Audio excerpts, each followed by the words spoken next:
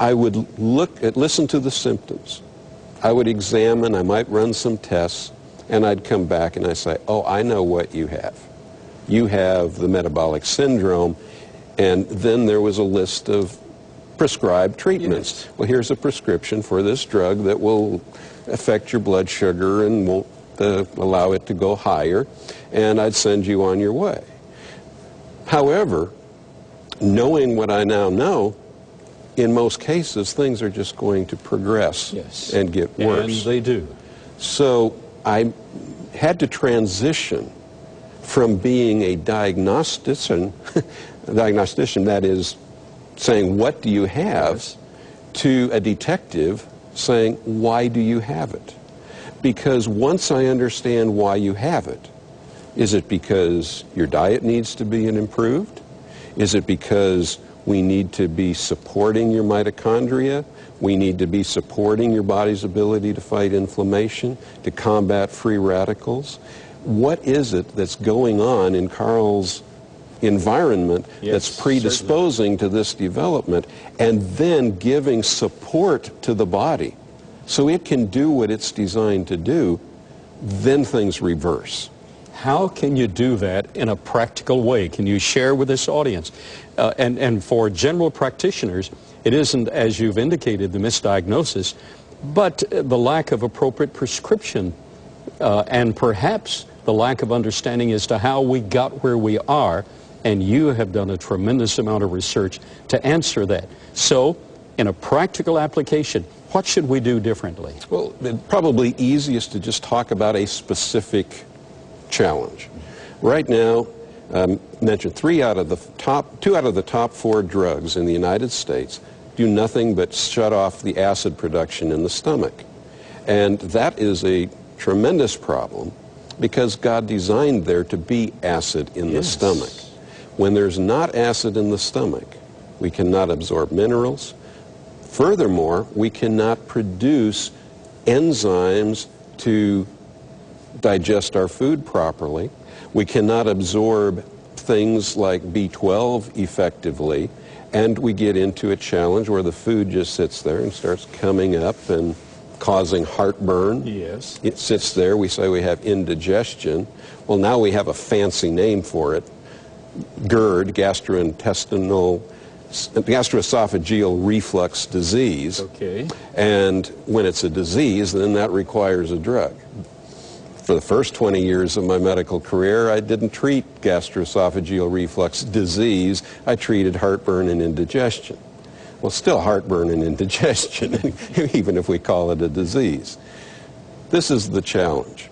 There's a little reflex, not reflux, which means things coming back up, but reflex, that when there is adequate amount of acid in the stomach, the lower esophagus tightens to prevent things from coming back up. Yes.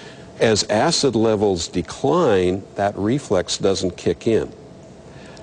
Now, because the food is being poorly digested because of low levels of stomach acid, it just sits there. Eventually the stomach is trying to get rid of it. It comes back up. What little acid is there burns, which is a good thing because it is an alarm. It's a warning light that there is a problem that needs addressing. You need to improve your digestion. In years past, what was commonplace was to do something to stimulate the production of stomach acid so the reflex kicked in again, digestion improved, and the body continued to function well.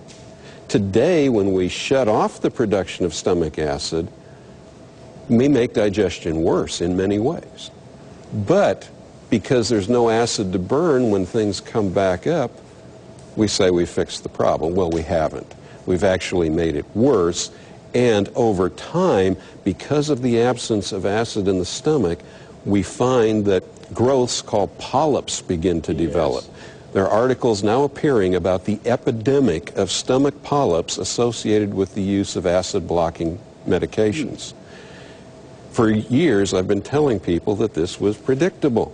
And I've also been saying that ultimately we will see a rise in stomach cancer. I still stand on that position because within the last 6 months I've now seen articles appearing saying some of these polyps have dysplasia, which is a fancy medical term for a precancerous change. All right.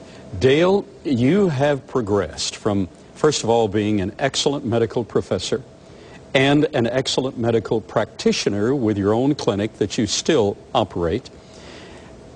And then you went beyond that to becoming an excellent medical researcher, a medical scientist. Tell me, you've listed a litany, a long diagram of medical problems common to our generation. How did you know about all of these, and why did you go into personal research on these? Well, there's something that I really believe is true. I've heard that the best sermons are those that God has first worked out in the life of the preacher. Yes, yes. Every one of the medical challenges I mentioned, and more, I have personally faced. Incredible. And there is nothing more motivating to do the research, to find the cause and the correction than one's own survival. Marvelous, marvelous. And you're here to benefit others with this research, and all of the time that you were going through these tremendous problems, you said very little to anyone, perhaps to your wife, maybe not to your entire family, and only a hint to your friends here and there. and yet you were suffering from these problems, but you overcame them. I saw times when you were suffering through unbearable conditions physically, and you would hint to me that you were having a problem, but you were working on it. And here you are to benefit this entire global audience. Well, that's how I discovered that the evolutionary model didn't work very well. Because one of my first primary challenges was I come from a family predisposed to heart attacks. My father, who was a non-smoker, he ate well, he was active physically, dropped dead of a heart attack at age 54. My brother had his first heart attack at age 45. It's hard to find a male cousin on my father's side of the family that hasn't had a heart attack or bypass before the age of 50, and now it's entering the females in the family. I started down the road of taking cholesterol-lowering medications. What I found was they caused tremendous muscle pain and cramping, to the point where we were going out to eat as a family one evening. I had to pull the vehicle over to the side and turn it over to my teenage daughter because I was in too much pain to continue to drive. And I've thankfully, praise God, discovered that that was not necessary, that that wasn't the answer, and that if I could lower my risk of having a heart attack by 15 or 20% by lowering my cholesterol, I could drop it close to zero by protecting my cholesterol from free radical damage. And where you have benefited personally in this research and self-analysis, you've then shared that with thousands, many, many thousands of people. Your mind is very creative, and God gave a mind with a disposition to be creative and to be responsive. Let's show the audience. The mind not only responds positively, as you've indicated in your own research, you met the challenge, but the mind can also respond negatively with depression, and that exacerbates the problems we already have, and that frustrates the research to try to determine what the problem is and how to fix it. I think this is one of the best illustrations. I received this from one of our colleagues some time ago.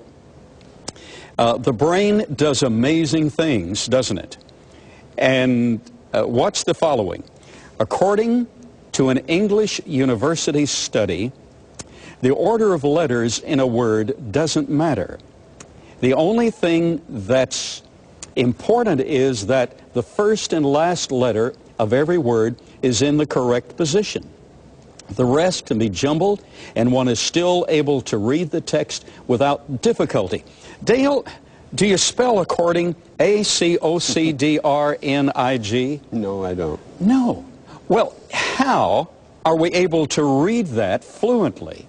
The mind picks up the difference, and as we follow in the standard rate of speaking, reading, and speaking, the mind picks up the difference, makes the interpretation and the application.